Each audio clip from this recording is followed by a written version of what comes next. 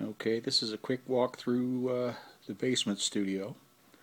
Just had to rip it out upstairs and have it up and running finally downstairs. Not everything's here. Most of the guitars are upstairs, as are a few more of the amps, some of the microphones. But here's what I have sort of for the back line over here. Most of which I don't use most of the time because I'm using basically a God box for a preamp, and I'm running that direct into the machine, i.e. the Mac. It's got an old Marshall cabinet. I used to have a pair of them. Fender Hot Rod DeVille. Tech 21 bronze wood for acoustic. Tech 21 I think it's trademark 60 is what it is. Probably one of the most surprising amps of its era. Bass amp just for working directly, but we tend to go direct with the board down here. Couple of the guitars, couple more here. Turning around, don't mind the mess in the background. I've only cleaned up this one area. So, oh yeah, there's one of the basses. We have three here altogether. We have a MIDI controller over there, as you can probably see. Octapad on top. Somewhat to the right, we have the Kurzweil. That's the PC3K7. And above that we have the Korg Karma. Off down to the rack over here, we have a Roland unit up top. Roland XV3080. That's loaded with, let's call it a Rompler. It's just loaded with sounds. Probably too many for me to figure out.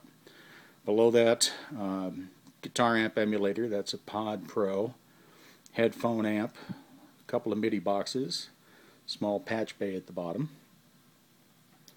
More Tech 21 stuff. I was using these as monitor speakers for the preamp, but I've got some new ones inbound that'll be here in a few days that are a good bit more linear. Okay. Here's a secondary set of monitors that I use primarily for playing live keyboards or the drums over there. I can use these without actually having to fire up the machine. These are Event 2020 basses. Stepping back a little bit, using a Mackie control surface for most of the recording work. Okay, and that's going, well, you see the Mac Pro down there.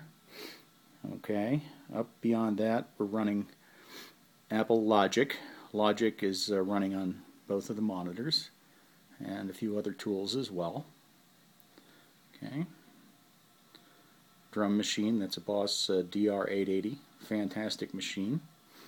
Again, another pair of Bass 2020s. Event Bass 2020s. Obviously we have Studio Fuel, which is the beer you see in the corner. Let me see what we got over here. Okay, this is the Fractal Audio Axe-Fx 2.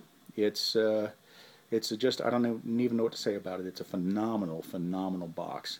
Sounds good through full range speakers, and it can be used with amps and power amps and or tube amps. So it's got a little bit of a schizophrenic personality, but that's the good thing.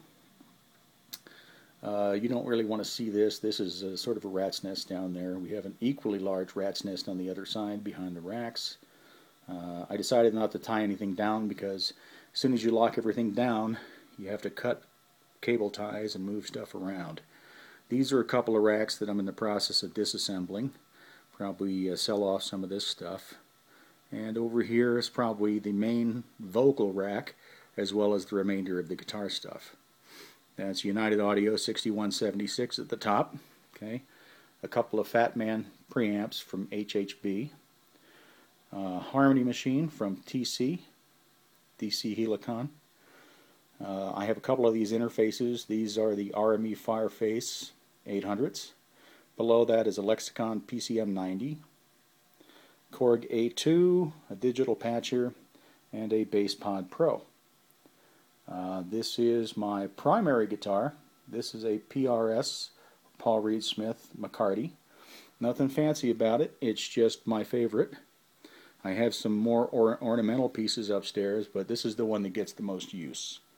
And over there, once again, we have some more racks that we're in the process of tearing apart. Some of the microphone hardware and so forth. So there's a real quick tour of the studio, and I hope you like it. Thanks.